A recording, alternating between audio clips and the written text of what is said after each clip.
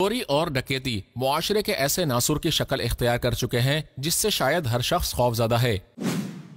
یہاں تک کہ ڈکیتوں کے ظلم سے کئی بیچارے تو اپنا قیمتی مال بلکہ بعض اوقات جان بھی گنوا بیٹھتے ہیں۔ حقیر رقم یا معمولی اشیاء کے حصول کے لیے لوگوں کو ان کے مال سے محروم کرنے والے چور و ڈکیت یاد رکھیں کہ کسی کا مال چوری کرنا یا اس پر ڈاکہ ڈالنا قانوناً سخت جرم ہے، جس کے تحت انہیں کئی برس جیل میں قید ہو سکتی ہے، جبکہ چوری اور ڈکیتی کرنا اللہ عز و جل کی ناراضی کا سبب بھی ہے۔ امیر اہل سنت دامت برکاتہم العالیہ نے مسلمان کی حرمت و عزت کے حوالے سے مفہوم حدیث بیان کرتے ہوئے فرمایا کہ مومن کے مال و خون کی حرمت اللہ پاک کے نزدیک کعبۃ اللہ کی حرمت سے بھی زیادہ ہے۔ اللہ تعالیٰ ان لوٹ مار کرنے والوں کو ہدایت دے،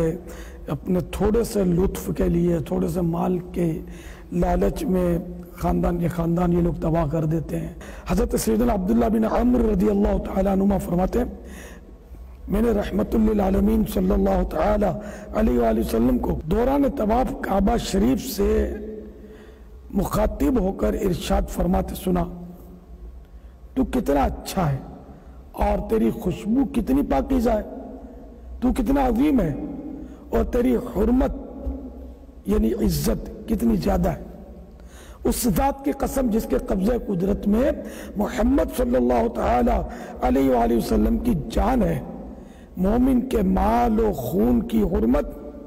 اللہ پاک کے نزدیک تیری حرمت نے تیری عزت سے بھی زیادہ ہے۔ چوری اور ڈکیتی کے مرتکب افراد کو توبہ کی ترغیب دلاتے ہوئے بانی دعوت اسلامی نے فرمایا کہ چور اور ڈاکو دونوں جہاں میں نقصان میں ہیں، لہٰذا انہیں سچی توبہ کرنی چاہیے۔ چور ڈاکو جو ہے یہ